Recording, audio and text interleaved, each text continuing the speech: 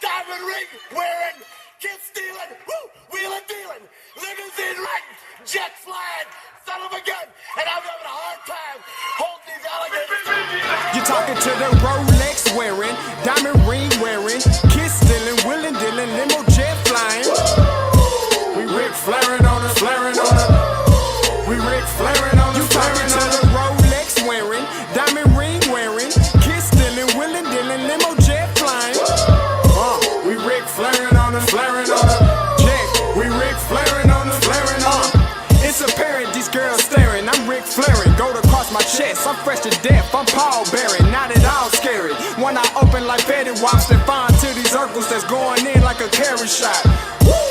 I'm going in like a Mary Pop off that Mary Crop at the top flow at the Marriott. So questioning me is like questioning you. See, we the best dressed, so come and get blessed with the crew. Not one but two, different ways to slaughter your crew.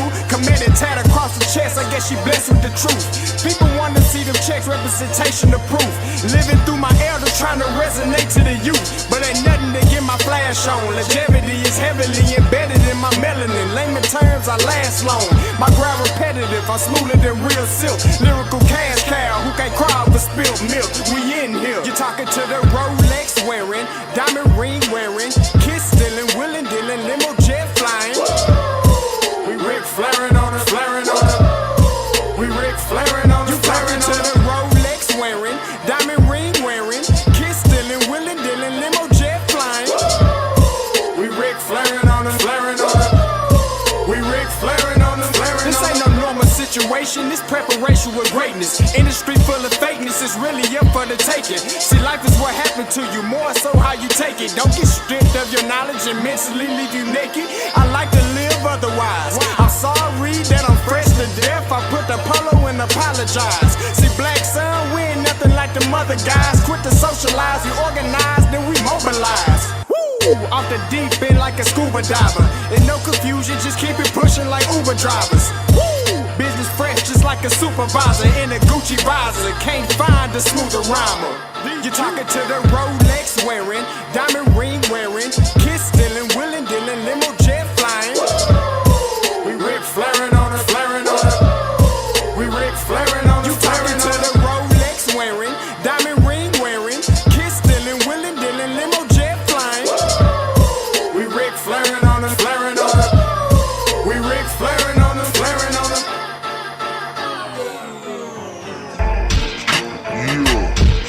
DQ, baby. Shout out that boy Nigga for that fire track. Hey, Black Sun, sun up. What's up, Vinny Vegas? What in Vegas? Yeah. Shout out Pharaoh's Kids. D-Face. Yeah. Bubba C. Yeah. Rick flaring on them. Rick flaring on them. Rick flaring on them. Rick flaring, sun up, baby. Hey, yo, Scotty, I'm back. Season 2, we here. Next level, bigger and better. Let's go. See me letting go. I'ma lose control. I'm not afraid to fall. Watch me drink it in and feel it all. 8 p.m. Monday night, so you know it's time to tune in to the AfterGlow show. Shout out to Kobe and the fam, you rattlers, the football historian, the audience is pouring in at this time like Jackson State playing Grambling. Both hosts like quarterbacks but ain't scrambling. The Alcorn state of mind that I'm in got me blending in with standing out like tiger skin. Shout out to TSU and all the recruits turning down big schools for HBCUs. They changed up the scheme, so we changing the scenes. Money for our likeness is nice, but this means we gotta give it all that we got in this game. Black college grad myself, I went to pain. Pick, run, hit, or throw, that's your option. Discussing the coaches, wins, and the losses on the AfterGlow. See me letting go. Scotty, you went crazy. I'ma lose control. Every Monday night at 8, I'm not super crazy. afraid to fall. Featuring Watch me Kofi and your boy drink it Scotty. in and feel it all. You know what time it is? Go, Let's, go, you heard me. Let's, go, season 2. go. Enjoy.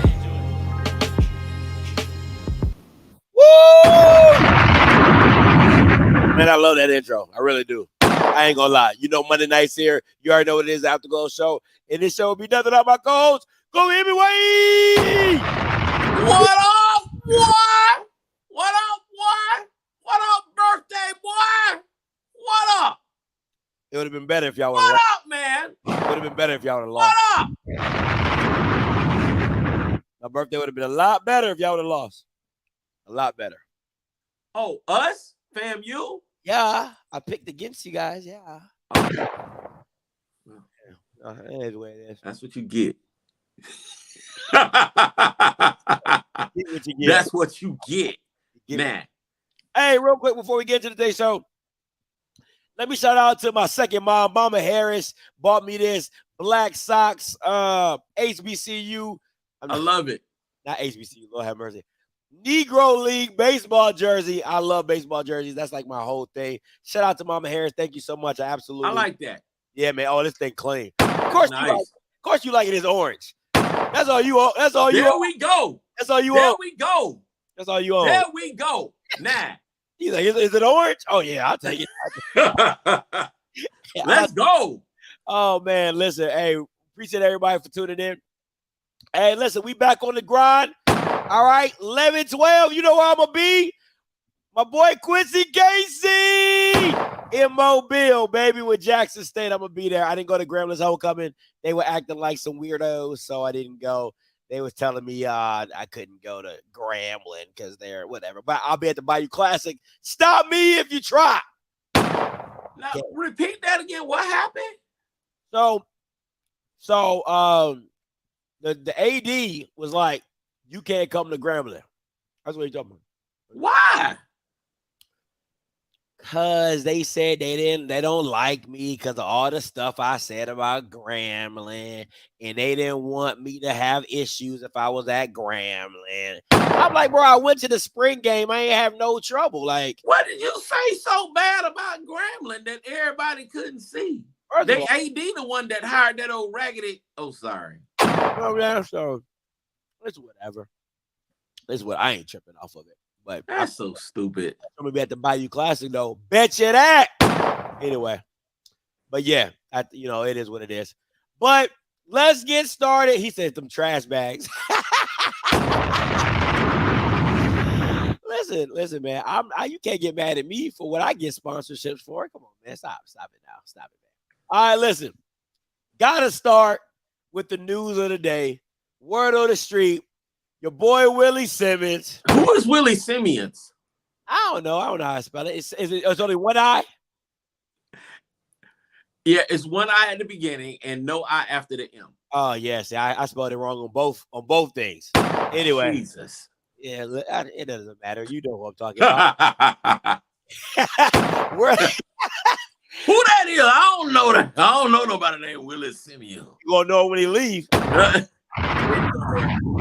You gonna know if you leave. That's what you gonna know. Yeah, he ain't going nowhere though.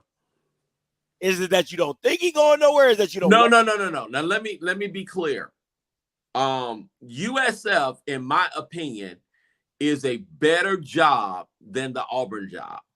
It's a better job than the Georgia Tech job. The reason being, you get to recruit. USF is, I think, if it's not the largest school in the state of Florida, it's the second largest school in the state of Florida. So they've got, Central Florida, right? Yeah, Central Florida. They've got a ton of money. They've got a lot of people that are interested in Florida's just a football state. The difference is USF still is a relatively young program. So the pressure, and they're not in the SEC or the ACC. So the pressure to win is not like it would be in an SEC or ACC school. That being said, you can't go 0-11, 1-10. I'm running them stupid, regular, bad records consistently like that because they will get rid of you, as you just saw. But USF is a great job. John Gruden is up for the job. My man that was at the University of Florida used to coach at Mississippi State. What's his name? Dan Mullen. Dan Mullen is up for the job. Scott Frost, who was the coach at University of Central Florida, is also being mentioned in there. It's a lot. So there's a lot of people that are going to be mentioned along with it. I just right now, just with my gut feeling, I just think that he's behind the other candidates. But if they offer it to him, he's got to entertain it because they're going to be able to offer him millions. Well, I'll tell you what my boy Blue said. And my boy Blue said he's candidate number 2 behind John Gruden. That's what my boy Blue said. So, well, I don't know. Your gut ain't got nothing to do with my boy Blue being a walking encyclopedia. Little boy Blue can go blow his horn. The sheep's in the meadow, the cow's in the corn. He can go look after the sheep. What I'm telling you is, if Willie Simmons takes the job, if he gets it, if he's offered, it would be a hard no for him. It would be hard for him to not take the USF job. I'll put it like that. First of all, if USF, it's nothing about FAMU, why would you stay? Well, number one, his family's here. And? Number 2, his wife is a FAMUan. You're asking me for questions. You need to be quiet and let me finish my statement. You need to chill out and let me finish my statement. You be talking about I be interrupting people, then you be interrupting me. Go ahead. No, but seriously, his family, he's a family dude. The next thing is, he's practically one of the more popular individuals in Tallahassee in terms of being the mayor, having an influence, making an impact. Not saying that he wouldn't have that opportunity down there in Tampa, but he's a big deal in Tallahassee. And, just really it would come down to, obviously what USF is offering and their commitment to the program, whether or not they're going to really give him an authentic opportunity or a serious opportunity to literally lead that program where it could be. I know I was the one that said I'd never leave the hood. I know I was one. But when I got my check, I was gone. That dude got like 5 kids. Willie Simmons got big families don't get. Say that. Do that phrase again. Boy, that was classic right there. Boy, do that again. Break that down one more time. I know I was the one that said I'd never leave the hood. But when I got my check, I was gone. That boy listen, man, I got kids. I know what that and the wife. And the wife. Okay? So listen. Who shops at Amazon regularly. Come on, man. Stop it, bro. Like, I don't give a damn how much of an influence I am in Tallahassee. You know what influenced me? Them zeros, the commas, the cha-chinga-chinga. The narrow, come on, man. Let's not play. You talking about millions? Talking about millions, bruh. It's a big deal when them people, they got it to give. I think he's obviously a good choice. I'm happy that they're considering him. That means that we have a good coach. That's fair. And I'm happy that he's in the go. Last year was FIU. I think Arkansas State. If my man from Jackson State had gotten a job, and some other people, he's going to be a hot commodity every time. Roundabout this year, next year, if he stays, it'll be somebody else that'll be coming after him. Let me ask you that good. What's your short list? Because FAMU, y'all good at effing something up. So what's your short list? Okay. Short list right off the bat would be Jerry Mack. Who was the head football coach at North Carolina Central, who's coached at I think he was an assistant at Rice, and then he was up at Tennessee. In addition to that, let me go because I wrote my little short list down. I need to make sure I get all my people that's up in there. Okay. Ray Lewis, who applied for Prairie View and the other spots with HBCUs, I think Morgan State. Ed Reed, same thing. Chennis Berry at Benedict.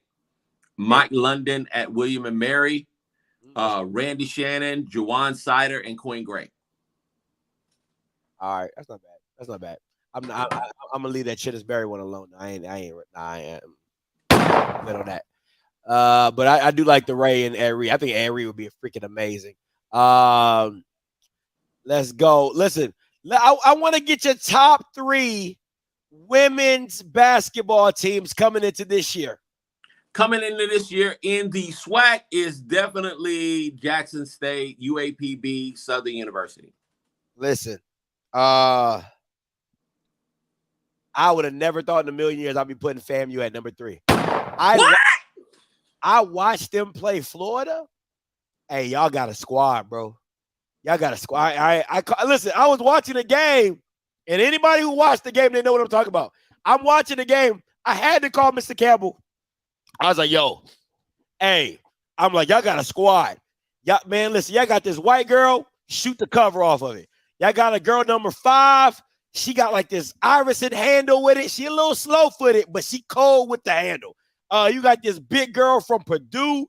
Man, y'all got a squad, bro. I ain't gonna I think I lost by 20, but it was like going into good 20, a competitive 20. Oh, it was for real. Like going into the fourth quarter, you were down by 7.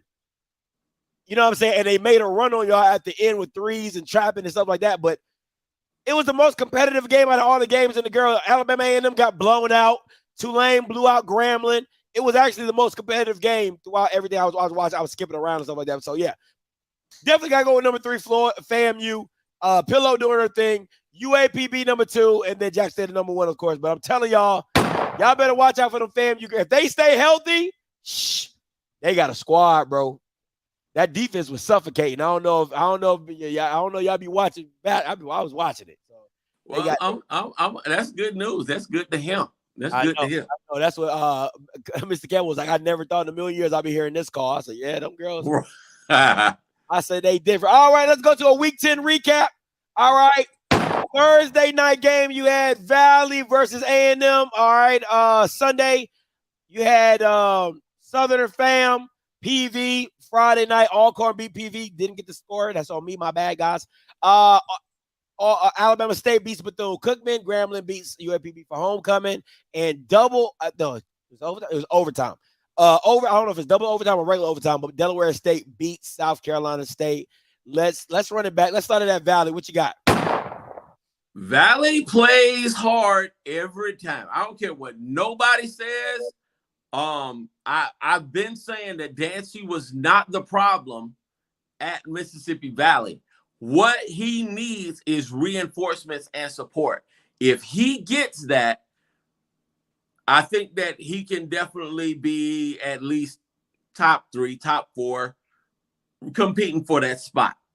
You know, I don't think that they'll obviously compete top 2, but they'll be a tough out no matter who they play. And I think for a program like Valley, I think that that's respectable. Obviously, someone on the program picked Southern University to beat Florida A&M University in Bragg Stadium. And I don't know why, considering the last few times that Southern has been to Bragg. So anyway, the Rattlers won that game. It was pretty convincing. It really wasn't close. It really wasn't. It really wasn't convincing. It wasn't close. Prairie View and Alcorn. We talked about that and the fact that Alcorn was going to be, they were going to bounce back some kind of way. That this was just one of those statements. I think that I don't necessarily think that they have PV's number, but because they have beaten Prairie View before and this regime has not lost to Prairie View, they were going into that game basically feeling like we can win this game. And then Prairie View let them hang around at the end, and then there you go, Alcorn won the game. So, boom. What's next? Let me go here. All right, I was about to get on them, but I ain't gonna do that. No, I just saw there and watched them in person. Our Rattler ladies are a scrappy bunch, but we're a bit undersized. You're going against a Power 5 program. No shit, Sherlock. And need better handles at guard play. You're bugging. Number 5, number 3, and number 23 are damn good ball handlers. Maybe good enough for SWAC play. That's the whole point, stupid. Don't be calling my boy stupid and stuff. Like maybe good enough for SWAC play. You're in the SWAC conference. You're supposed to win your conference, and you was competitive with Florida all the way up to the fourth quarter. Sit your boy-headed ass down. What you talking about? Oh my God, no, I know they were a bit under. They played a hell of a game. You're smoking crack. Anybody go back and watch that game, you won't have the same evaluation as him. Anyway, listen, I'm going back. A&M losing to Valley, unacceptable. Yeah, I know you're at Valley. They painted that field, boy. That field was looking nice. It was nice. Thank you for cutting me off again. Sorry. And A&M, unacceptable. All right, unacceptable. You can't lose that. You can't, if you're supposed to be decent or halfway decent, you can't lose to that. All right. You know, it's Valley. They're going to play you hard. It's at their field. Horrible loss. Southern and fam, listen, Coach Green, if you're listening, Coach Green, you can call in right now, get your points across because you've been ducking for the last 3 days. Let's not play that game. You've been ducking for the last 3 days. Unacceptable loss by Dooley. It's the way they lost. Not switching out your quarterback, allowing him to literally dictate the game and lose you the game. I'm going to keep saying it until I can't say it no more. FAMU lives and dies with Xavier Smith. Jesus Christ. I mean, anybody with 20/20 vision can see that this Bama lives and dies with Xavier Smith. That's their whole offense. It's crazy to me. And Alcorn versus PV, hell of a game.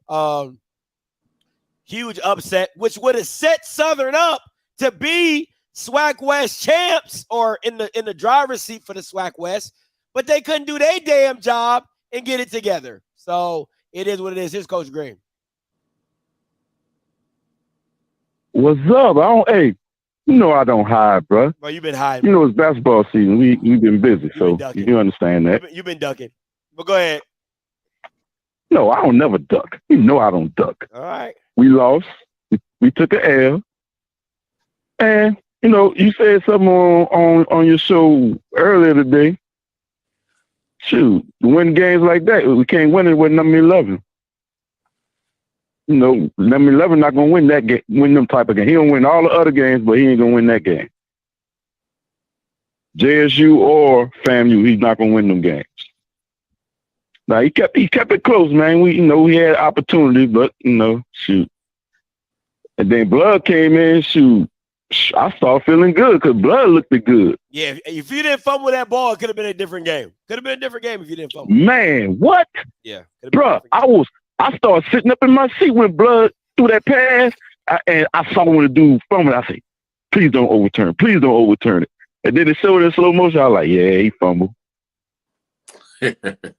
Yeah, that's all. Man,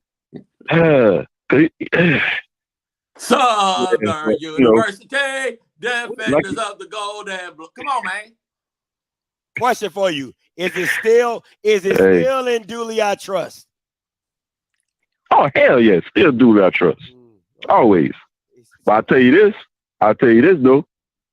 It better be an open QB. It better be open QB competition after the season though. Yeah, okay. It better be that. Okay, you got the same amount of trust as that everybody else got in McCray. Y'all got the same amount of trust. You trusted him, he trusted McKay, just ended up in L's. Thanks for the call, Coach Green. Hey. You was ducking for the rest of the season, but he was ducking for the game, but it's all good. All right, Bethune-Cookman loses to Alabama State. Listen, shout out to Alabama State. Going to have a winning season on a first-year coach. That's a big. You win the Magic City Classic. You win the MEAC SWAC Challenge. Great first year by Coach Eddie Robb. You know what I'm saying? You solidify your gangster by giving Dion the business, telling him he ain't SWAC. You know what I'm saying? So you just solidify your toughness. I think this is a great first season for Eddie Robb and having a good season. I gotta give him credit where credit is due. And I will be making that donation to the athletic program. Go ahead. ASU was the better team. They maintained their focus from the Magic City Classic. They did not let down. They brought the intensity. They were ready to play, and they deserved to win. It was a similar score last year versus Bethune. So they held court and maintained and did what they were supposed to do. Yep. Let me see. Grambling versus UAPB. Listen, I know it's not. You can't really take too much from the UAPB game. It is UAPB, but Grambling is peaking at the right time. I kept telling people, nobody wanted to believe me. I kept saying Grambling is not a bad team. They had talent. They can win games. So at the end of the day, it is what it is. I mean, we'll see with this upcoming game they got this week, but Grambling is definitely on the rise in the whole SWAC hemisphere. Now, question. I've been hearing things from two sides. I've been hearing some people from Grambling have told me that they're still in the running for the SWAC West Championship because it's by division. From what I was told, it is for the overall conference. Which one is it for contention for the SWAC West? You just confused me. It's the same as it's been last year. It's the same thing. So if they end up winning the West, they can compete for the SWAC championship. If they don't win the West, they can't compete for the SWAC championship. All right, so that's what people say. It's the overall record. I've been hearing people say it's the divisional record. So, it's the divisional record. You know, it's SWAC. It's when you say overall, you're talking about all the teams in the SWAC, right? Yeah, listen, divisional is your division, East and West. No. Because when you have a SWAC loss, even if you play somebody in the East, it counts as a SWAC loss. All right, so I just wanted all the people in Grambling that think they still have a shot, you don't. All right, you want to be very clear, you don't. You don't. All right, because people are calling me from Grambling. Scotty, I think we still have a chance. Now, the only exception would be kind of like the Southern Jackson State game next year. That game's not going to count in the SWAC standings. I know it's out of conference game. Right. Yeah, So it's not going to count. But normally, like this year, this game counted in the SWAC standings with Jackson State Southern. Gotcha. Hold on. This game was out of conference game this year. It wasn't? Okay. It was out of conference game this year. It was out of conference. Yeah, this game this year was out of conference game. Okay. It has to be designated as such as what we're saying. Got it. Okay. Cool. Anyway, all right. Delaware State, South Carolina State. Listen, South Carolina State is done. Okay. Benito, go to the dog shelter. You're done. It's tough. I mean, you can't do. Listen, bro. You can't do all that wolfing, and then you end up losing and don't even win the SWAC. And don't even win the MEAC championship. I mean, MEAC don't even win the MEAC. So go home, Roger. It is. All right. Listen, this game was freaking amazing. NCCU, Howard University, Battle of First. Man, listen, Howard has to be the dumbest team on the freaking planet. I don't understand how they don't continue to just run the ball. It just doesn't make any sense to me. Every time I watch a Howard game, I end up saying the same thing like the girl off The Blind Side. Run the dang ball. Run the dang ball. I'm just like, I don't understand it. And they do it every single time. It's really, a lot of times sometimes coaches just overcoach. I've even seen Coach Simmons do it. It's just like, sir, this is working. This is where you have the advantage. Use it. Your line outweighs their line. Their defensive line. Your offensive line outweighs their defensive line. Maintain the physicality and run the ball. You don't want to put the ball in the air because, it's not guaranteed that A, you're going to complete the pass, but then B, just so much stuff can happen with that, especially unless you have an efficient QB that's really consistent, and they don't have that. So run the ball. Yeah, Davis Richards came out hot. I mean, literally, first play of the game, 88 out the gate. Dude took a slant, took it to the crib, and it was just it felt like a rolling, just a rolling field with NCCU and how they did it. Got really creative in the play calling late in the game. Fake QB power running back pop. They were really doing their thing and cooking and just rolling. But Howard, I never understand why teams don't lean into what they do very well in regards of just, running the ball, or I have this dominant line. Let me control the clock. Let me control the tempo, and let me do it that way. Because they have they have the running backs. They got Casey Hawthorne, who's a wide receiver / running back. Eden James. They got another running back. They have the talent on that. I just don't understand it. All right, your game of the week, Kobe. Jackson State 41-14. Your score was 35-21. What did you see from the game? Jackson State was just better. But Texas Southern did not tackle. They didn't play disciplined defense, in my opinion. I felt like I've seen that defense play better. Some of it was Jackson State. Some of it was just raggedy talented. They looked undisciplined. They were emotional. They were hyped. But at the end of the day, they didn't play assignment football, especially on defense. And, I'm starting to agree with you with that whole Andrew Body, offense coordinator, whatever his freaking name is. Just, I don't get it. You want to use what you have. That's what you do. You get the ball, obviously, to your playmakers, but running the ball is kind of effective, because if you get that big man past the first line of defense, he's going to be tough to bring down. And then they have to make a life decision on a consistent basis, whether or not they want to do it. So that would have been somebody I would have been trying to game plan around and get the ball, just simply because he was a mismatch. He's a load to bring down, and I was just disappointed to see all of that. But that being said, Jackson State was just the better team. Yeah, listen, I had the game 35-7. That was my score. I knew it. Listen, what you weren't going to do is you weren't going to shut him out. I knew that. Listen, Andrew good for one. I knew he's at least good for one. Let me say this. I've been on the bandwagon of getting David Marsh fired from Texas Southern since the beginning of the season.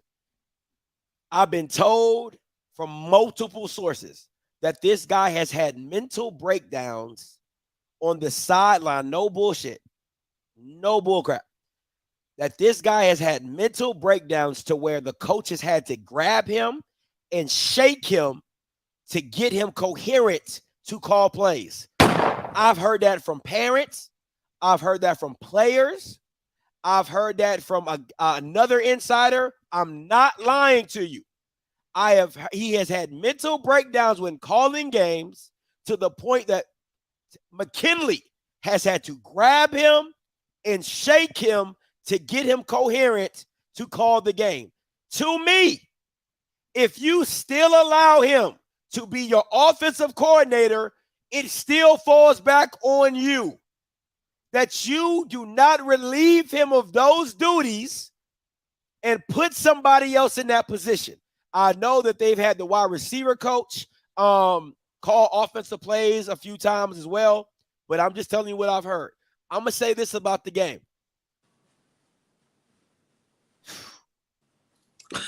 If you couldn't see, okay, let me say this.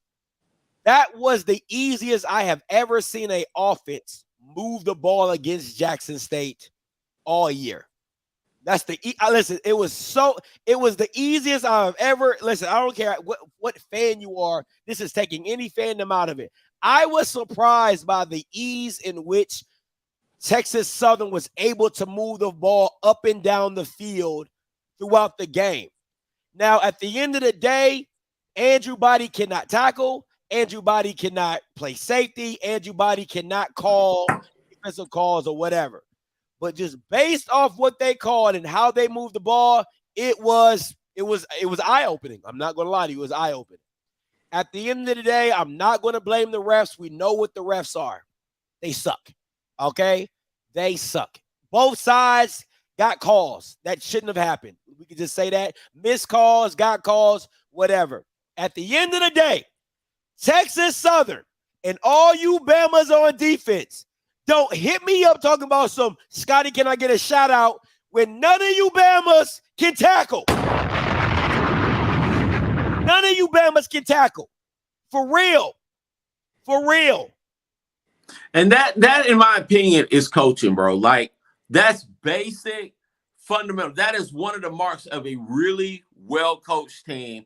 In my opinion, I like to see a lack of penalty. I want to see intensity, a lack of penalties, assignment football, but most importantly, especially for a defense, tackling. You gotta bring the guy down. It doesn't make sense to touch the guy, to feel on the guy, to grab hold to an ankle. You have to bring him down. And they did a horrible job of that this past weekend. It was just not good. I'm going to say this because Sean think he's trying to be cute. I'm still taking Zay over Travis Hunter as a DB. And I said this from the jump. Travis Hunter is a 5-star receiver, a 4-star corner. Zay Hamilton is a pro. Point blank, period. I don't care what y'all want to talk about. 1 game, 2 games, 1 back. I don't care what. I'm taking Zay Hamilton over Travis Hunter. Travis Hunter is a 5-star. Like, he should be playing wide out. That's how, listen, I don't care. And what you saw is just a snippet of what I've been saying. He is a better wide receiver than he is a DB. He is not physical. He don't want to tackle nobody. He's the definition of a diva playing DB. Simple. Point blank, period. Now, my issue is this. I keep telling y'all, Sylvion Wilkerson is the best player on Jackson State. I have been saying that since the Tennessee State game. And I'm going to keep saying it. He is the best offensive player on the team. Oh, Scotty, no, he's not. Oh, my God, it's Shador. No. It is Sylvion Wilkerson. It's not even close. It's not even close. Shador might be the driver. Sylvion is the engine. Make it make sense. All right. Going up to next. Buy, sell, hold. Let's get it.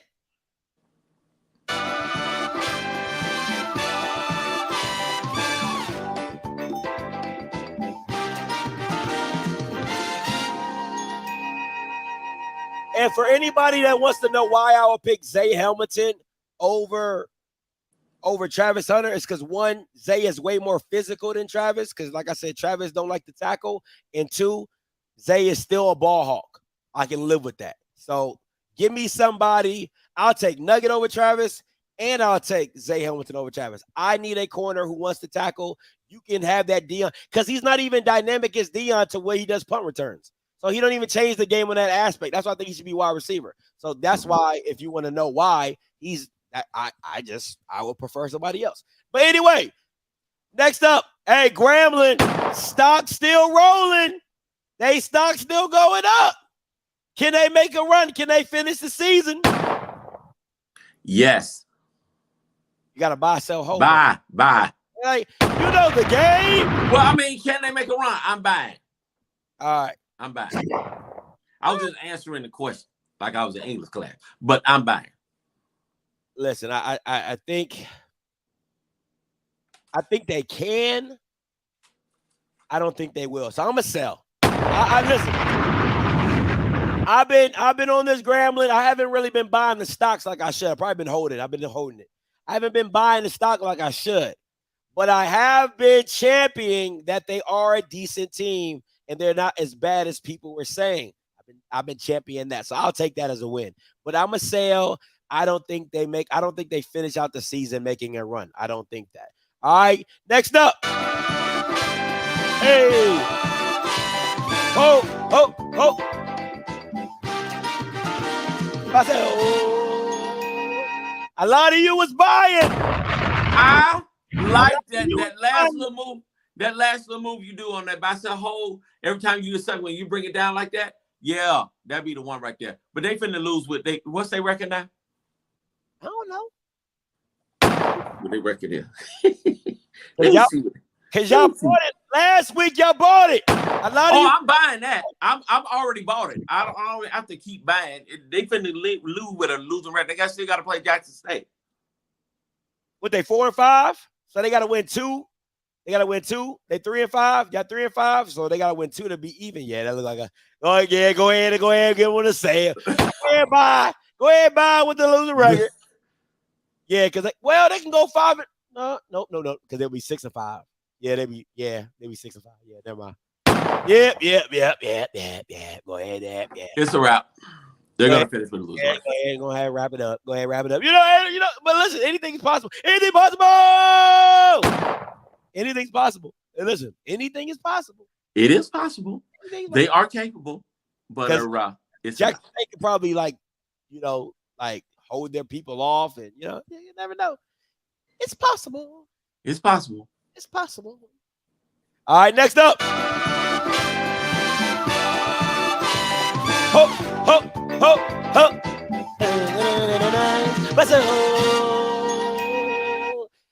Buy, sell, hold. Can Alabama A&M end the season with a win? Sell.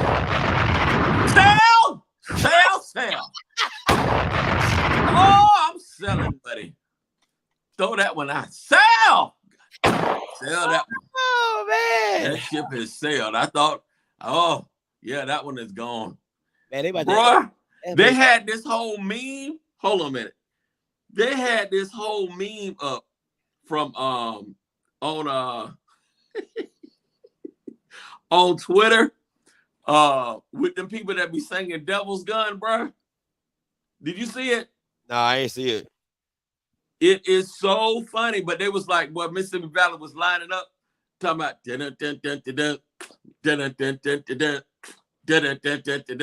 and then with that, ooh boy.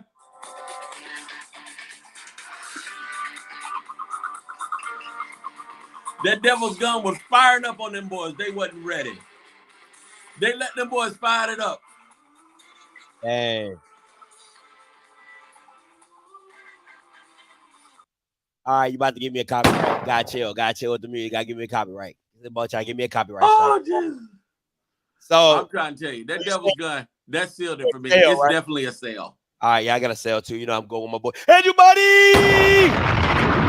Now, I'll say this. Depending on how my boy Quincy Casey plays in the Jackson State game, I might have to reevaluate. I ain't going to lie to you. I might have to reevaluate. He's going to be fired up. They're going to be energetic, but there's not a chance. Well, there's a chance, but they ain't finna be Jackson State. We'll see. We shall see. All right. Marcel Holt. Nobody cares. FAMU goes 9-2. I'm gonna hold. Well, you've been holding for like the last 3 weeks. I gotta hold. Where's this team? I can't buy right now because I know the defense. You're not that good. You're not finna change. I'm holding, darn it. I'm holding. See, there's no conviction there. I'm holding. No, I'm holding. There's conviction in my hold because I understand what they're up against this weekend.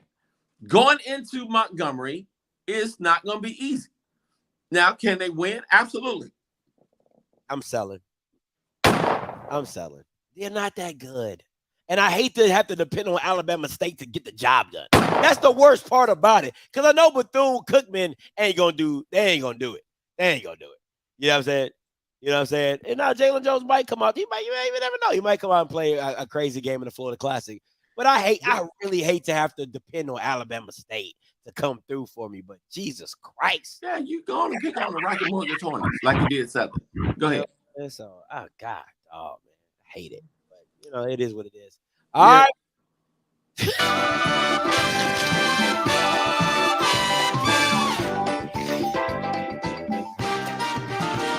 That's a hold. Buy, sell, hold. Dooley's offense. Sell that mug, boy. Sell it. He picked on that darn Florida Memorial team and made people think that he was finna just run them out. Then they scored 59 on that UAPB team and made them feel like they was fitting to do something. But boy, they stepped up into Jackson, and it was like, you know what? That boy ain't as good as we thought he was. And then they stepped up into Tyler. It was like, you know what? They may not be as good as I thought they were. But here's what I will say. They're going to bounce back this week. They're going to bounce back this week versus Valley. It's going to be a grind, but they're going to bounce back. And they're going to run into Grambling, who's going to be ready to play. So it's definitely a sell, Mortimer. Sell, Mortimer, sell. Oh, yes. Oh, man. Listen, I'm going to have a caveat on this one. As long as number 11 is back there at offense, gots to sell. Gots to sell. I got to sell it. I'm not a believer. I'm not a believer. You know, and I want to say, you know, obviously with the talent that they really do have on their offense, what I saw on Saturday was really a lack of the play calling was off. Some of that was with what our defense was doing, but the lack of discipline, just overall, I wanted to see more from on both sides of the ball, and it was not there. Yeah, I agree with you, Kof. Man, listen, their D line is so undisciplined. I mean, they gave. People was up in the stands talking about, oh my God, this is the dumbest team FAMU has played all freaking yeah. Oh my God, they're so dumb. Like, you sound like Dr. Lori. I know that sound like Dr. Lori. Oh my God, this is the dumbest team FAMU has played all freaking year. Oh my gosh. They keep jumping off sides. Moose just go down, do like this a little bit, and they jump it. It's like, bruh, there's no discipline. Buy, sell, hold. Southern starts another QB in the season. Yes. Buy. Sell. I'm selling you that. You think he's gonna stick with McCray? Oh yeah, I think Dooley is loyal to a fault. I really believe that. I believe he is loyal to. I'll tell you this. I'll even bet this. I'll bet you a whole $1, Mortimer, that if they lose the Valley, McCray will be the starting quarterback at the Bayou Classic. I'll take that bet, buddy. Listen, I'll bet you. I'll bet it. I'll take that bet. I'll happily make that bet with you because I know it. Dooley's just too stubborn, bro. He is just too stubborn. All right, next up, Boss and Hope.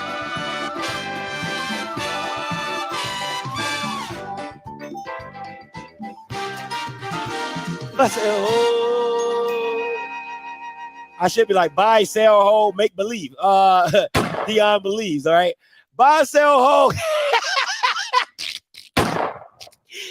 Buy, sell, hold, Jesus. Buy, sell, hold, Jesus. I'm sorry. JSU playing an extra bowl game. Now, here's what I'm saying. It won't happen this year, so I'm selling. But that time is going to come where somebody's going to take that chance and somebody's going to pick them to do it because it's too much money. From TV, Dion's a sponsor magnet. The fans are going to travel. People want to see them play and see how they would do. It's going to happen. It won't happen this year, but it's going to happen. Whoa! Is that men's or women? Women. Woo! Jesus! Wow! Wow! Hey, yeah, keep me up to date on that, Lawrence. Keep me up to date on that. Man, she came out the gate not playing with these Bamas. All right. That's men's. Oh, that's men's. I thought it was women. Not women, men. All right, no, whatever. Not women, men.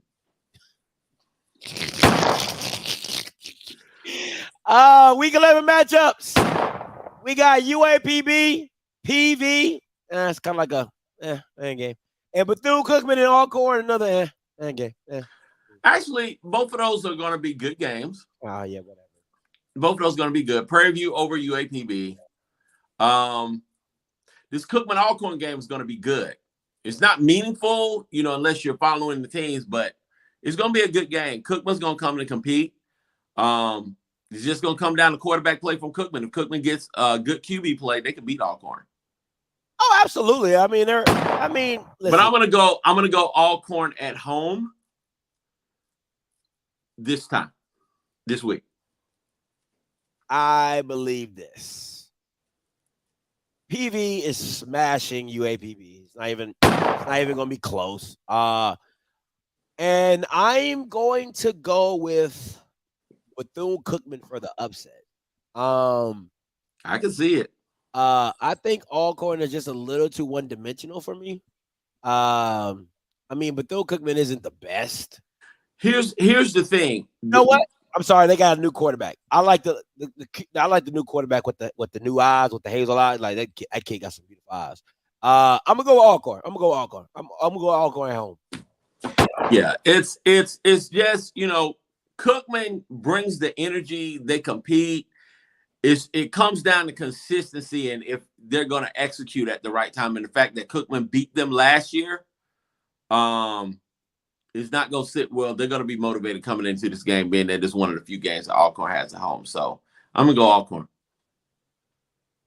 Yeah. All right, cool. Let's get it. Next up, trap game. Trap. This is the definition of a trap game. Right before the Bayou Classic, you have Valley smashed in the middle at home. Trap game. Ooh, ooh-wee. Ooh, shadoo, shoo. Hey. Ooh. Yeah. Southern better not lose this darn game. Man, I want them to so bad. Southern better not lose this game. They better not lose. I'm telling you, there's gonna be rumblings with they get rid of people kind of quick in Baton Rouge. All that love finna go out the window because there was enough doubt with him going in. And it's one thing, you know, I know you had your boy Pete that was you know, advocating for you, you know, to do it, but that would be yet another bad loss. Now, using the FAMU, losing to Jackson State this year is not necessarily a bad loss. Losing to Texas Southern and getting shut out, that was a bad loss. That was unexpected. And then losing, if they lose the Valley in year one under Dooley, it's not looking good. It won't look good. And there will be repercussions. People, they don't take the losing well in Baton Rouge. They really don't. Listen, this is what's so difficult about this game because Mr. Campbell made me reevaluate a lot of stuff that I was thinking about when it came to Southern, right? Because I kept wanting to see the overall team more than just the impact player, which is Bashawn McCray. And this is really the game of no quarterbacks, right? So, if you really want to break this down, Jelani Easton is not a quarterback. Bashawn McCray is not a quarterback. Can Valley's defense affect Bashawn McCray enough to make this difficult? I believe it's possible. And this is me picking because it would do me nothing better than just see Valley come up with this upset. So They're gonna bring it now. It ain't gonna be no easy route. And this game it's in Baton Rouge, isn't it? It's in Baton Rouge. Yeah, it's in Baton Rouge. Okay. If it was in Valley, I would go Valley. Man. But the mere fact that it's at Southern, I'm going with Southern University. I'm going to go jinx pick on this one. I'm going to go Southern University. I'm going to go 28-17 Southern University. But I'm jinxing the hell out this joint. I want to jinx the hell, man. There does me nothing because I really feel like Dooley is putting his ego above the team. I honestly believe that because if you're not trying if you're not even open to a competition, my thing is this, bro. I've been following Southern University all year, right? And I feel like they're just undisciplined. You know, anytime your guy goes and he makes you got a big game all week. He's going to get on the microphone and poke the bear at Jackson State. You know, and I know it's a rivalry, but the mere fact that you wouldn't hone your players in and they wouldn't have the common sense to just sit down and be quiet and just focus, instead of making that tape, you should have been watching some film, you know, with it suspended behind and sitting up there doing stupid stuff. Then the mere fact that I get it, players play intense and all that other stuff, but to get out there and fight like that, it was just another sign of a lack of discipline. And then what I saw on Saturday, they don't have no discipline, you know, and that's the mark. Like a Pete Richardson team would not have done that. What's the narrative? I mean, a Coach Odom's team wouldn't have done that. What's the No. narrative if Valley beats Southern? Whew. If Valley beats Southern, I'm telling you, there's gonna be some rumblings. They might not get rid of him, but it's gonna be enough people that's gonna be putting some fire under that seat. I'll tell you this: if Valley beats Southern, I'm firing Roman Banks. That'll be my first fire, because it just let's duly know that the new AD you're not his guy, so you got a very short leash to be playing around. But I'm firing Roman Banks, and yeah, oh yeah, he coming right behind it. He is coming right behind it. That's how I would do it. That's exactly how I would set it up. Yep, I'm firing Roman Banks. Let that happen. All right, next up, huge game. Fam. Alabama State, Week 11 matchups. What you got, Kof? This is huge. This is when we came into the SWAC, I really felt like outside of Bethune-Cookman and our already existing rivalry with Southern University, that this was going to be the game that was going to be exciting for both fan bases, and it's proving to be so. This game is probably going to sell out. It's going to be a ton of energy. The band's going to be there. The city is already engaged. It's a big deal. Bama State has the type of defense that can spook Musa. You know, Musa played pretty well on Saturday. He played okay. He didn't play well. He played okay. But he's going to need to play better on Saturday, and they got to find a way to get the ball out to the usual suspects, whether that be Zay, Manigo, my guy Alex coming out of the backfield, AJ coming out of the backfield. And if they can do that and our defense can continue to play, FAMU should win this game. That being said, ASU is more than able to pull off the upset, especially with the defense, and athletic QBs have just given FAMU fits the entire year. One of the other things that that's kind of interesting is the guy that used to be our offensive coordinator, Alex, is now at Alabama State. So he knows all of Willie Simmons' tendencies with play calling. He knows what he likes to do. Then also Coach Simmons understands Alex and what he likes to do. So it's going to be a nice little chess match to see, and it's going to come down to execution and who's got the better players. So if FAMU comes in focused and they play, it'll be another typical FAMU game with FAMU getting out, playing solid, and then doing something crazy to make the game really, really close. Or they go in and they not focused, and they let the referees and let other kind of stuff get to them, which is not characteristic of this team. Even though they haven't played great, I haven't seen them completely fall apart and not compete. That being said, I'm gonna pick FAMU. I'm gonna pick FAMU 28-17. For me, it's I think FAMU secondary is better than Alabama State's wide receivers. I think, man, listen, Kendall Bowler is really coming into his own. BJ Bowler is holding it down as well. The safety position, you know what I'm saying, but it's not as bad as, I mean, it's not as good as it was last year, of course, with two draftable players. But I think Kendall Bowler and BJ Bowler are DBs that can handle their own with Keyshawn Johnson and Jeremiah Hickson and I love Keyshawn Johnson Jr. I think he's a freaking star in the making from Alabama State. I think he's a sophomore. really it comes down to stopping Alabama State's run.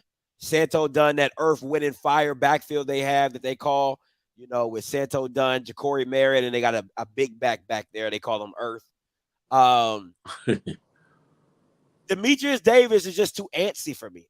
He's just too antsy for me. I think this is a game that Isaiah Land should have a good day. He can run people down. Listen, I'm not the biggest Isaiah Land fan. I don't think he's the best DN, but he's athletic. I saw what he did to run Bashawn McCray down a few times to make it difficult for him. So I think he can have a field day with this offensive line. So I'm gonna go FAMU for the win.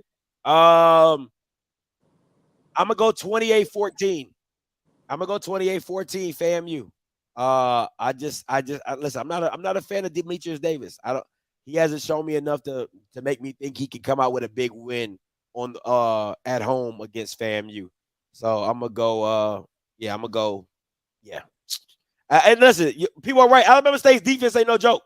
They got some legit corners. Maddox, Natron, number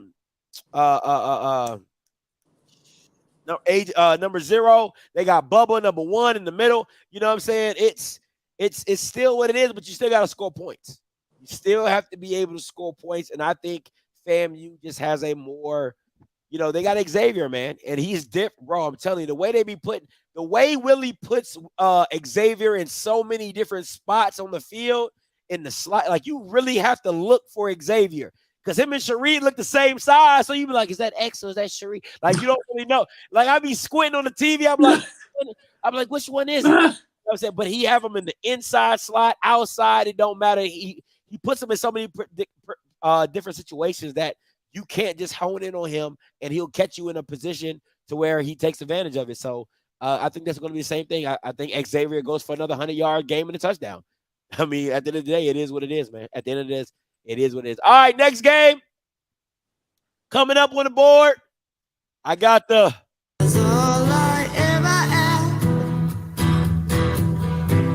redemption song. I say again, it's what? You crazy. All I ever had. Redemption song. Redemption.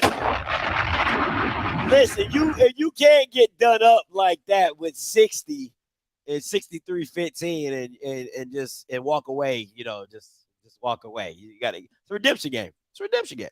So win or lose, draw, it's still got to be a redemption game. So what you got, Kof? Jackson State by 40. Jackson State by 40? What's the score? I'm gonna say Jackson State 45. I should have said Alabama A&M 5, but I'm gonna say 49-7. 49-7. 49-7. I don't see how this. I don't see anything. And Maynard is a great play caller. But Jackson State's defense, coupled with the analytics, coupled with Zimmer, if Andrew Body only scored 14, I don't see that coming from A&M. And the physicality that Jackson State's playing with, the determination that they're playing with, the focus that they're playing with, the only way Alabama A&M scores more than 7 points is if Jackson State literally comes in unfocused, or Jackson State hands them, unfocused, and they hand them touchdowns. I don't see it. People are saying JSU by 50 is just crazy to me. I can't. I don't want to, because that feeds into the narrative, but I don't see it from Alabama A&M right now. I mean, they just literally went out there. They went to Durham Valley and only scored 20 points.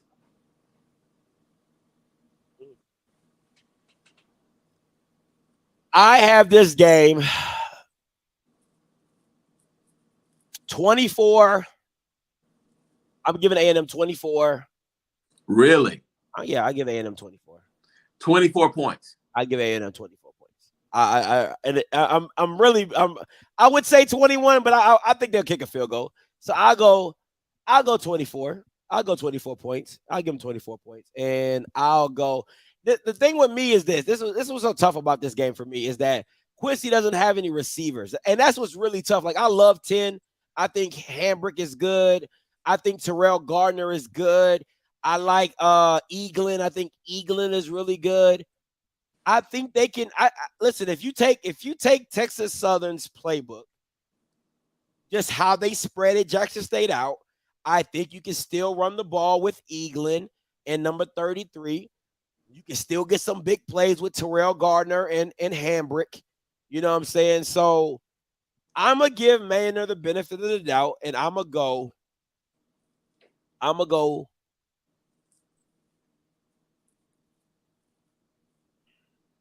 42-24. 42-24. No. Yeah, I got 24. I can't see JSU scoring 50. They had a hard time scoring 50 against Valley. Valley is good, bro. Their defense is decent.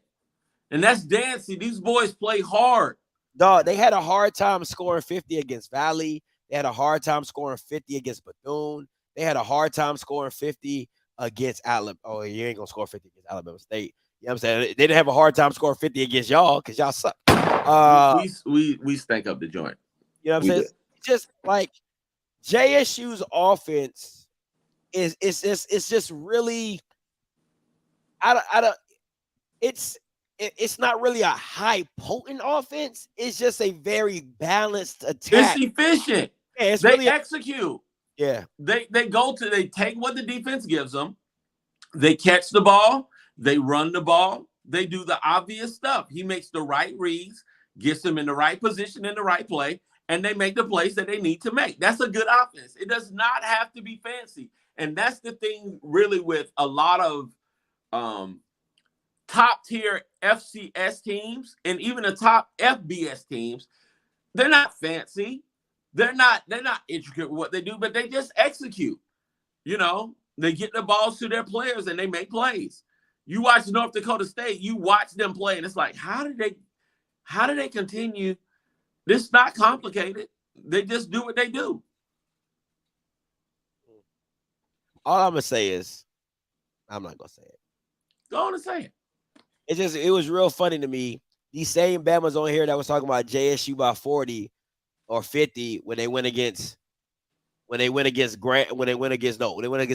State. And I was like, y'all not gonna score that many points. Oh, Alabama State, we're playing for like, bro, like, come on, like Jackson State's offense.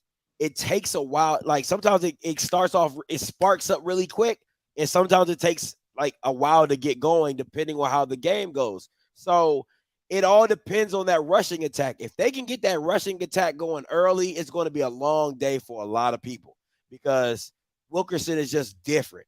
You know what I'm saying? If they can manage the run, you have a chance. I'm not saying you have a chance to win. You just got a chance not to get blown out. I wouldn't be surprised if this game ends up being 35-17, 35-20. You know what I'm saying? And that would be great, right? It's just the fact that I haven't seen a high level of ball coming from Alabama A&M lately, especially on the defensive side. They've got people that are capable. I just haven't seen that from them this year. Doesn't mean that it's impossible. Just means it's based off what I have seen. I haven't seen them play great defense. I've seen them compete. I've seen them fight through some stuff. How many points did they give up to Cookman? 30-something. That was at home. And that was Cookman. Cookman's pretty good on offense. And they just gave up over 30 to Valley. I don't know, man. I don't know. Listen, if they get how many points did they give up to Alabama State? I think that was like 30-something. Listen, they gave up over 30 to FAMU. Once again, I didn't say Jackson State wasn't going to score. I said I wouldn't be surprised if it's 35-21 or 35-17. But I said 42-24. People are like, I'm not saying Jackson State won't. I'm just saying that I don't think I would hope it's not another 60 piece. That's what you don't want. Right. A back-to-back 60 piece, you definitely don't want that. But it's with any game. If you get if the game gets flowing your right way, if the game gets flowing your way, it's a wrap. You know, especially with Jackson State, if they get the momentum pushing their way and things like that happen, I'll tell you, this is the biggest thing for me. If Quincy starts, this is a team you can't throw interceptions to all willy-nilly, because they'll turn around and they'll put those turnovers as points. So he has to be very calculated on the risk that he takes when it comes throwing the ball deep. That's my biggest thing. If you're going to trust your guys, you have to be very calculated about when you want to throw deep and take your shot 50-50 against some of these guys out one-on-one. You know what I'm saying? But I think it's going to be a great game. But at the end of the day, That's all I ever am. redemption song. That's all you can ask for is redemption. That's all you can ask for is redemption. All right, game of the week.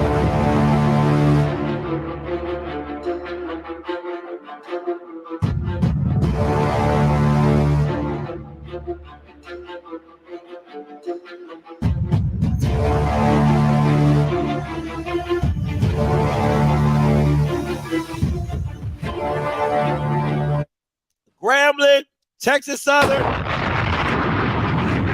Kofi, Texas Southern wins if Texas Southern wins this game if they start fast and physical and they finish fast and physical. They got to play for 4 quarters. And sometimes they go in these little spots where they give up plays. They lack that discipline. And somewhat on both sides of the ball, and that's it. Number 2, tackle. Please tackle the people. Bring them down. Hit them, bring them down. If Body can maintain his intensity and focus and make plays early, they can win. What does that even mean? Maintain intensity. What does that even mean? Please explain. Bruh, let me say this. You had a lot of intense games. Sooner or later, especially with a team like Texas Southern who is not proven, sometimes they get inconsistent. Body's been consistent, but every once in a while you do for that one little game where it's not you're not playing at the norm. And I'm not trying to jinx him because I really love him and I think he's great. That being said, sometimes it's a letdown. It's like, oh, it's Grambling, and you don't come out with the same level of fire. Because you don't know if it's Grambling, it's always Grambling. You want to play well, but sometimes you don't come with that same level of championship intensity that you need. And this took a lot of energy to come out against the Jackson State team. The game was sold out. So it's going to be a different energy against Grambling. Okay. Graham wins if Grambling wins this game if they get efficient, clean QB play, which has been the hallmark of their victories. And even when they played against Florida A&M, that was one of the things that kept them into the game. He's mobile and he doesn't give up the big pick. If they can rush for 200 yards, they're going to win. Stop the Texas Southern run game and Andrew Body, which is easier said than done. I like it. All right, for me, Grambling wins if they establish the run. All right, you already know what it is. They have Chalk, Maurice Washington, and another kid. I can't remember his name, but they have a 3-headed monster. Man, crazy, talented running backs. Defense controls the line of scrimmage and tackle. Listen, got to get to Ja'Cory Howard. Have to tackle Ladarius Owens. Those guys are very nimble, and you already know. Got to tackle my boy Andrew Body. And Cal Vance plays mistake-free football. That is the freshman who they are now rolling with. I'm telling you right now, if he would have played a few games, they probably would have had a better record. That's just my personal opinion. But he has to play mistake-free football in guiding this team to victory. All right? Texas Southern wins if get out that damn 3-3-5 and stop the run. I'm so sick and tired of seeing that gosh darn 3-3-5. Oh, my God. Stop it. Stop it. Okay? Get out of it. Stay balanced and control the game. And last but not least, you already know, say it with me. Everybody. Simple. Very simple for me. Very, very simple. All right.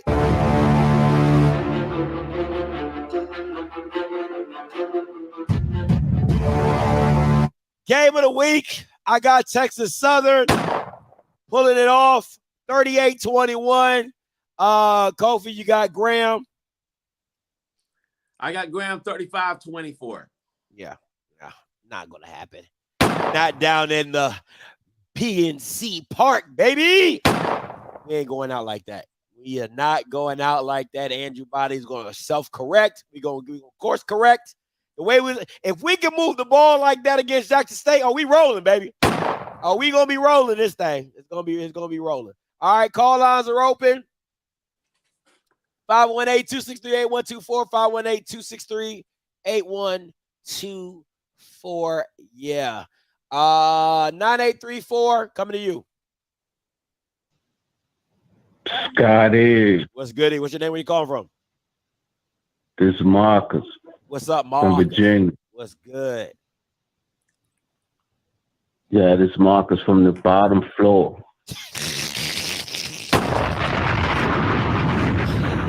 What's good?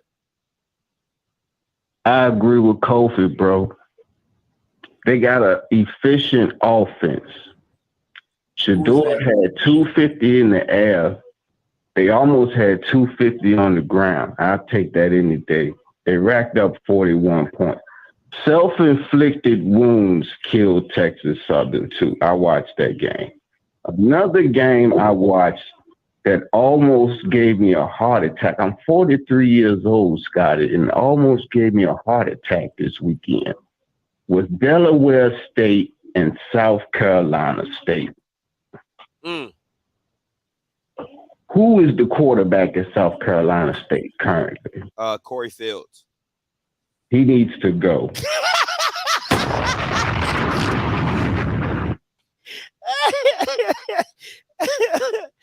Oh, man. He raised my blood pressure, Scotty. Do you understand, Scotty? I understand. So that's pretty much it, Scotty. That's all I got to say. Y'all have a good show. Hey, appreciate the call, Bless Mark. you, man. He's gotta go. He's got it. It's simple. Simple. He's gotta go. Ain't no if ain't buts about it. 7848 coming to you. They call you live. Hello. Hello. Yeah, you live. Hey, how's it going? What's up with your name? Where you calling from? Wade calling from Florida, a JSU fan. I got a question for you, Scotty. What was the problem with Andrew Body this weekend? How did you think he did against Jackson State? Or he was just off, or he just didn't have a good game? Also, I have another question. If Jackson State has to meet North Carolina Central in the Celebration Bowl, will that be a good matchup? Would North Carolina Central give Jackson State a run for their money? I think Andrew Body had a good game. If I'm not, I think Andrew Body had a decent game. Listen, man, I think a lot of you guys don't understand that quarterback is a dictated position on both sides, right? It's codependent. Like, no matter how good I am, I still have to have players make plays for me. The throw he made to Derek Morton on the back shoulder throw against Travis Hunter, that should have been a catch. Point blank, period. Like, when you have throws like that, you can't have your guys drop balls.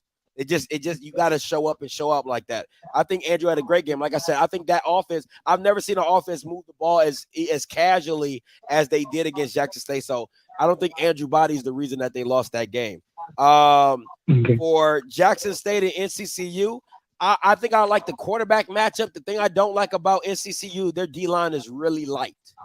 Their D-line is really light in the caboose. So I think that'll be easy for them to run the ball on. But other than that, I think it'll be a great quarterback battle. I'll tell you that. I definitely would like to see the quarterback battle. And I got a question for Kofi. I was really disturbed this weekend. I saw some attendance records. The Perry View game, I think Perry View was at home. I understand that the attendance was horrible. I looked at the South Carolina State, played Delaware State, South Carolina State at home. The stands was pretty much empty. The peer review game was really bad. We as HBCUs, we got to do better. I mean, that's pretty bad. If peer review was at home, South Carolina State was at home, the stands was pretty empty. Appreciate it. All right.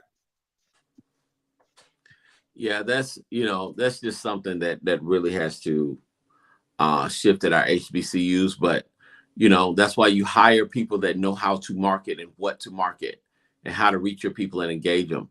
And it really starts with that. And it also just starts with fan bases being responsible. If you go to a school and you paid your money to go there, I mean, you should at least go to at least one home game. This is ridiculous if you don't. It's crazy. You know what I'm saying? People do what they want. It's their money. Do as they please. 1027. You know what? Let me say this before I get to that caller. Funny enough, I was skipping around some games around the FCS. They attendance ain't listen. I know when you're hyper focused on in your community, you kind of I was watching some FCS games. They attendance is trash. Okay, I want to be very. I was skipping around watching some FCS games. I was watching some Bucknell. I watched some Forum. I watched some what else? Sac State. Like I was jumping around. They attendance ain't the best either. So I want to be very clear. So let's not just put it all on. Well, they not as good either. 1027 coming to you. Hey, caller, you live. How you doing, Scotty? How you doing, Kofi? Hey. If you are PV, do you count this season as a win? You're basically coasting to the SWAC championship at this point. Hell yeah. I'm in the SWAC championship. Why would I not? Back to back. All right. Your head coach too? Yes. State, is this also a W season for you? You said what if you who? Alabama State. Hell yeah. You won the MEX SWAC Challenge. You won the Magic City Classic. You ain't won in 4 years. And you got a winning record on a first-year head coach. It's a win. It's a win. What do you think they would have to do to take the next step for Alabama State in the next year? Because I think if you groom Davis, I think he could really be something special there. I'm not a Davis fan. I don't think he's that guy. That's just me personally. I think he's too antsy in the pocket. Kind of reminds me of Malik Hodge. I don't think those guys are quarterbacks. They're just athletes. I think they need a quarterback. They need a seasoned quarterback that it can throw the ball 20, 25 times consistently, kind of like a Jeremy Musa type feel. Because if you're gonna keep good backs, you know what I'm saying, they're gonna have a decent run game. You know what I'm saying? They're gonna have a good defense. So you just need a guy who can make throws when you need him to make throws. So I think they just need a better quarterback. All right, thank you guys for answering my question. You guys have a good night. Hey, no problem. Hey, Kofi, what do you think about Alabama State? I think they're I've been saying that they're close. It really comes down to really QB play. And I think if you're going to compete for a championship against Jackson State, your skill people, especially your wide receivers, they've got to be money because you're going to have to make plays against the Jackson State secondary, which is well coached. So you have to be able to create space. You got to be able to catch the ball in space, and you got to be able to run routes. You need somebody seasoned in there. So I would say if they can pick up one really seasoned route runner or explosive guy on the outside, I think that would bode well.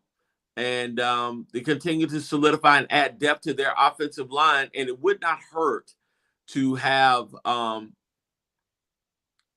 some schematic adjustments with the skill sets that they currently have.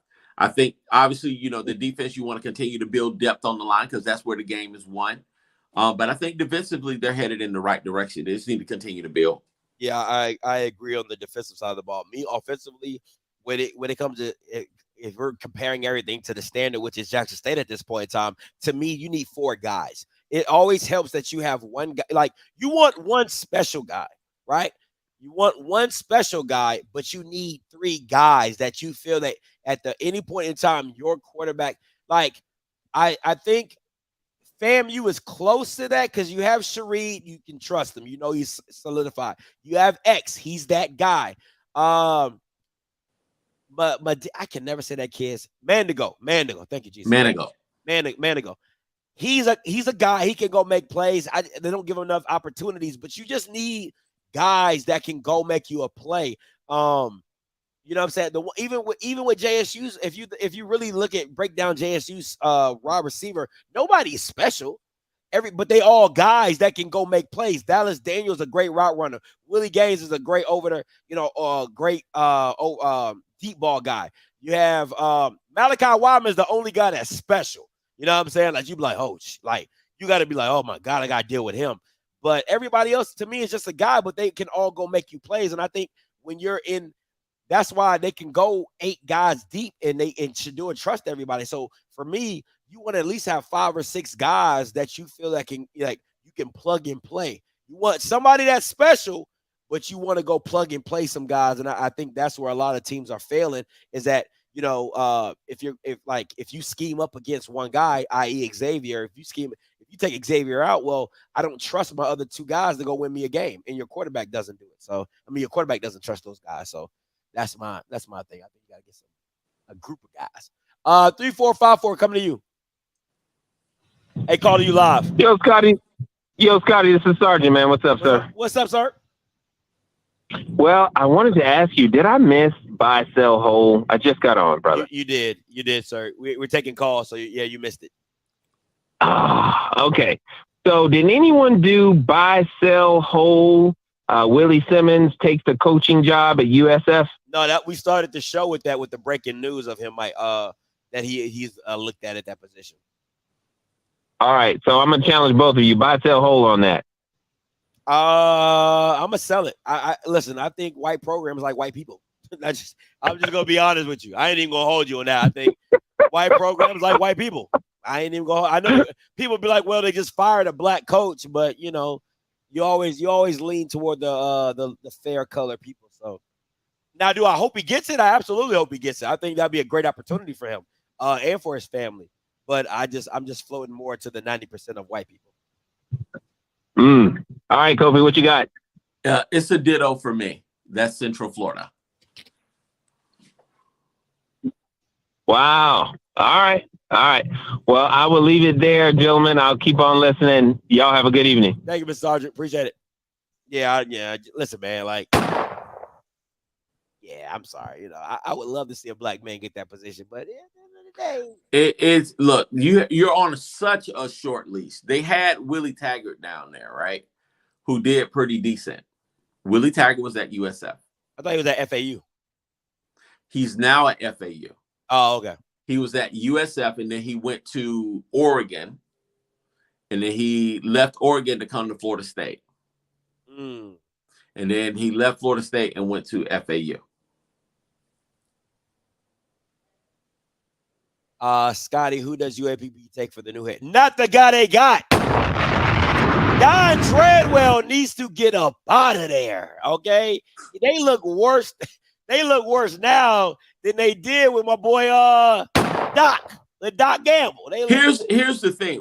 What's my man's name that was at Grambling? Terrence Graves, the interim guy. No. Rod. The one that won the Celebration Bowl. Fobbs. Roger Fobbs. I would look at him.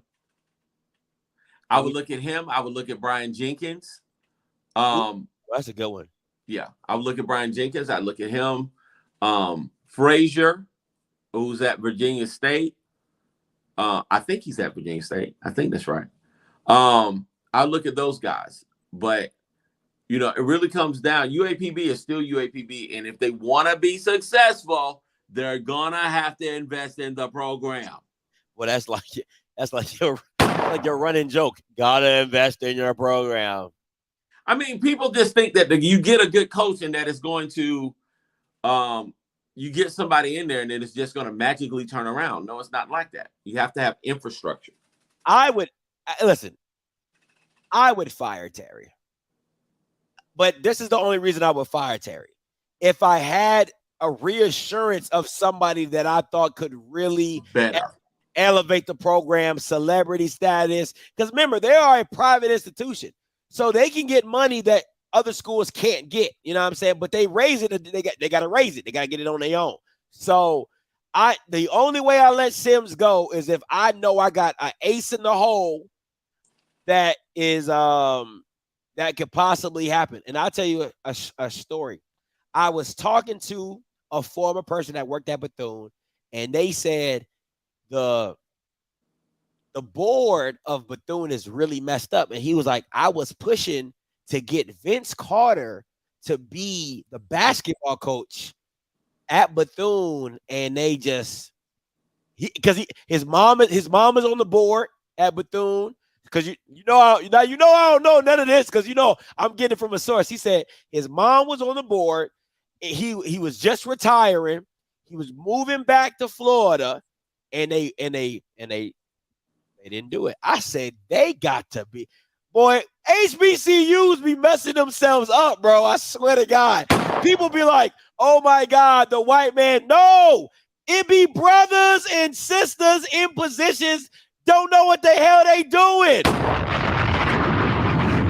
Don't know what the hell they be doing. Straight up. That sounds just like Cookman.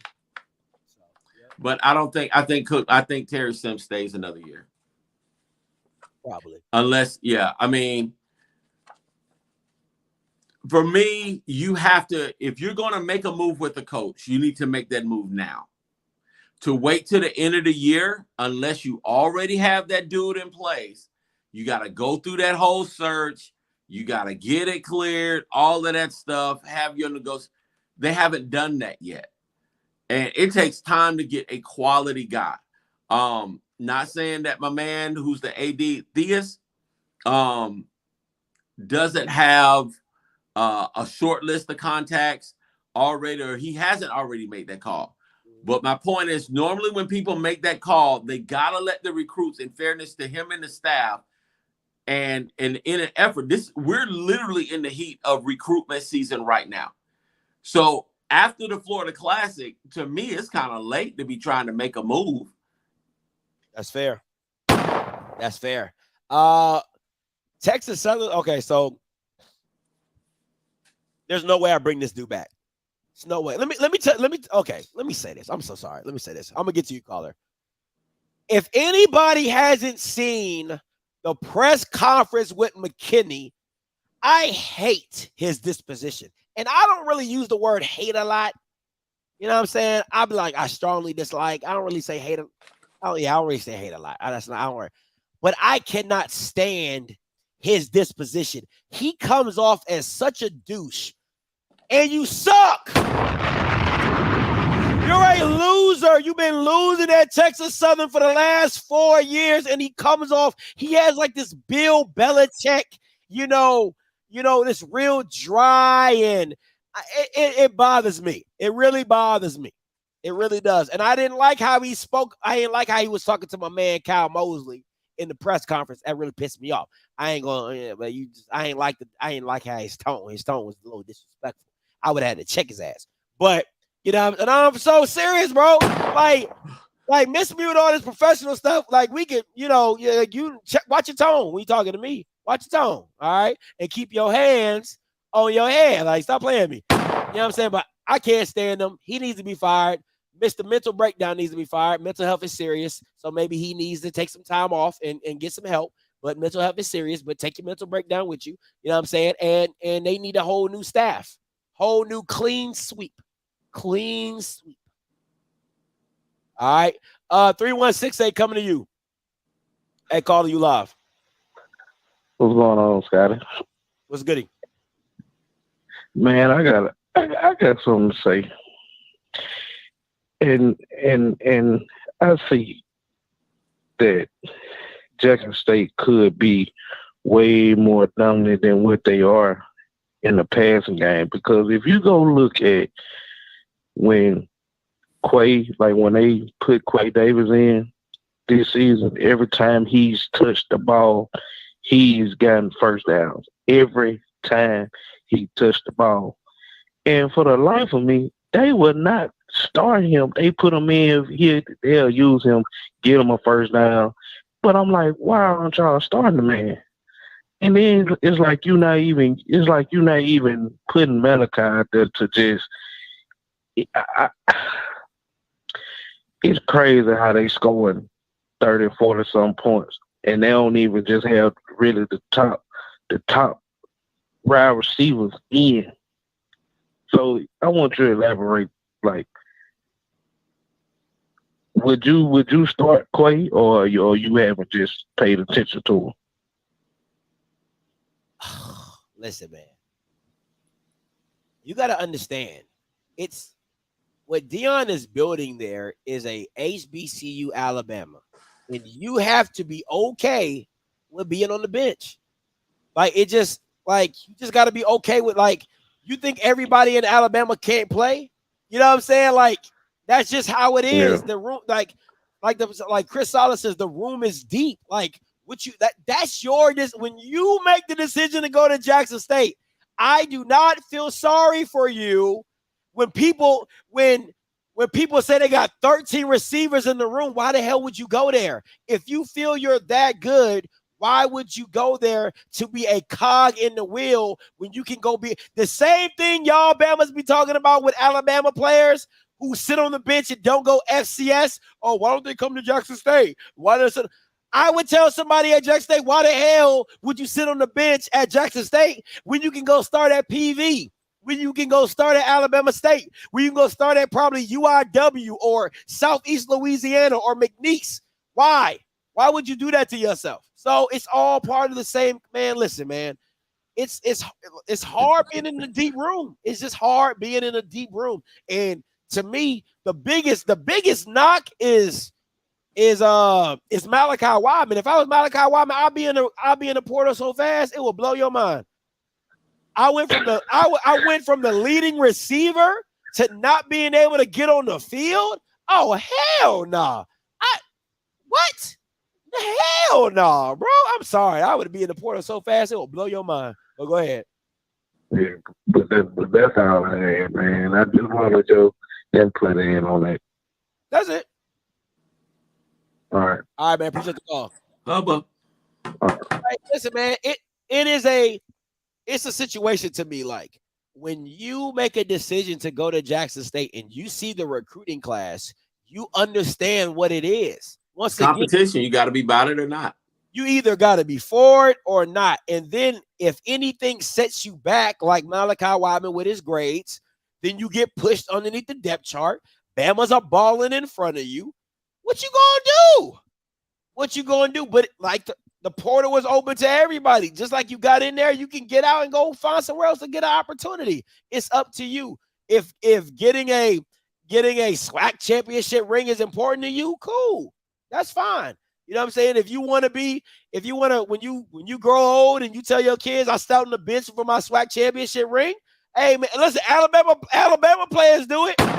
People who was kicking it with Kobe Bryant do it. Red Mamba, all them, all the people that LeBron them brought rings for. You know what I'm saying? So if you cool with that, if you want to be a cog in the wheel or a water boy or whatever, hey man, do what you do. But understand, don't cry about it. It's you made the decision. I don't feel sorry for you. You know what I'm saying? You just gotta go in a situation that fits you. That's just what it is. I'll tell you one thing though, I respect Wilkerson because he was supposed to be that guy. He got there and he was that guy. You know what I'm saying? You can't take him off the field because he's that guy. He's just that guy. You know what I'm saying? That good. He did what he had to do. I respect that. Coming down to the end of the season, Coach. Football is probably got a few more weeks of football. Felt like it took forever to get here. Now it's gone. Right. Jesus Christ. Yeah. What are you looking for from the SWAC to do going forward? What are you looking for the SWAC football to? Well, the thing is, right after football season, obviously you had a little holiday, you got bowl season, and then you've got recruitment season, which is really big. So it's almost year round, but it's not. But what I want to see is the recruitment game literally be more than one or two schools. Grambling is going to have a good year because I know Hugh Jackson is going to be out there. They're closing, they're finishing the year strong. He's going to be hitting the trail really hard. Dion is going to be Dion. So that's going to be really big. What needs to happen is the other schools need to look at it and be like, okay, so we're competing against this. This is what we need to do in order for us to upgrade where we're going. And I think we're going to see some interesting transfers within even the SWAC and even the MEAC going forward. I think that that's going to be interesting. But I want to see some upgrades also with the coaching staffs in terms of offense coordinators, defense coordinators, special teams. Even I want to see who's going to be the next in line to get analysts to serve as analysts on their squad. You know, not trying to duplicate, but if you're smart, you copy success. You're like, okay, this is working for them. Is this something that we're going to need right now? You know, is this something that we can use? And you know, obviously one of the other things obviously is strength conditioning as well as APR. So I want to see all that go to the next level. I'm Paris, I get what you're saying, but I'm for quantity. I'm for quantity because let me say, I think when you put your chips on quality and they don't pan out, you know, like no. Like I think a lot of people need to stop thinking. Like I'm a big advocate for this. If a D2 player that's successful and he could come up and get a half scholarship or, you know what I'm saying, preferred walk-on, start looking at these D2 because listen, man, I know everybody at Jack State don't got a scholarship. You cannot make me believe everybody on that team got a scholarship. There are Bamas on that squad that are there fighting for a scholarship, but they want to be a part of the process. So to me, if I'm a program, I'm looking at those D2 kids, right, who want to play D1 football and who are willing to fight for a spot and make it and work to get their scholarship. I'm looking for those kids. I'm looking for those grind out type of people because you'll end up being like A&M and get all these drop downs and half of them don't pan out and you're looking stupid at the end of the year. So just because they have come from a Power 5 down does not mean they're going to contribute, does not mean they're going to stay healthy, does not mean they're going to have their grades right. Go find a multitude of kids, bring them to the program, and fight and try to do it that way. What's up? Exactly. You know, somebody asked, you know, where these transfers coming from, and not trying to, you know, this isn't messy. This isn't like not known. But I think, you know, let me just start with the FBS schools. Obviously, you know, Texas A&M is going to have some interesting dilemmas, you know, even though they have a young team. You know, some of them may be looking to transfer. The coaches, the schools that are going to be losing coaches, like the University of South Florida, depending on who gets that gig and who gets that job, a lot of those players are going to be looking to transfer. The University of Miami has a ton of talent. The year that they're having is not a good one. A lot of those guys are going to be looking to transfer. You know what I'm saying? Depending on what happens at Auburn, a lot of those guys are going to be looking to transfer. So we're going to be in a good position. It's just going to be interesting to see what comes down the pipe and what your team needs and who you have in your recruiting, on your recruitment team to really close the deal. Because the portal has literally changed everything. I know high school's in playoff season and all that stuff. But if you're not Mr. Dynamic and Mr. 4 and 5 star, it's going to be difficult. Yeah, it is going to be difficult, but you got to go, man. You got to go find those. You got to go find them hitting gems. A lot of kids, I'm telling you, like the Ja'Cory Rankins, the Willie Gaines, those type of kids. Those are foundational pieces to your program because they're the kids that are going to do all the dirty work. They don't need the shine and the glitz. They just come in and they're football players. Absolutely. You need football players. Absolutely. You got Nebraska out there. You got Arizona State out there. It's going to be a lot of shift and a lot of moving, a lot of maneuvering. There's still thousands of kids. How many kids in the portal? Somebody told me about 15,000 kids in the portal. It's a lot to choose from. Yeah. So, I mean, that's my thing. There are, even if you offered a preferred walk-on to some of these kids, they would take the opportunity just to come in and change their program. Listen, JSU need to be the last ones talking about some APR. Y'all ain't gonna hit the fan so soon. It's gonna blow your mind. You think so? Hell yeah. They got rid of their whole spring team. They got damn near rid of their whole offensive line last. Like, hell yeah, man. Their APR is about to tank. For real, for real. Now, I think going forward, they might not be in that position because I think they're going to keep over a lot of players. But from that spring year to this year, from that oh hell yeah, they APR about to suck. Hell yeah! And now the kids that are on the bench, they gonna lead. Oh yeah, they oh my God, them jokers about to your APR about to be in the toilet, man. Jesus Christ! But it is what it is, man. But we'll see. Man, it's gonna be crazy when football is done. Where we gonna be at? Yeah, we say that it's done, and then stupid stuff be happening. People be moving. People get hired. We be right back here talking about the stupid stuff that people do. Listen, So, I'm gonna say one thing. If I'm telling y'all, if Deion leave, y'all don't want to tune into this show. I'm just gonna. Listen. Just know. If Deion takes another job in the offseason, you do not want to watch me anymore. I'm just if you even think you a JSU fan, hey, watch this. I'm telling you, I'm coming with the foolishness. I'm coming with the foolishness. It's gonna be crazy. But all right, listen, guys, we appreciate y'all time. Watch this. I'm telling you, I'm coming with that Usher all day long, man. I'm trying to tell you. Hey, but listen, guys, we appreciate y'all. Until next time, you know what I'm going to do. I'm going to holler. God bless.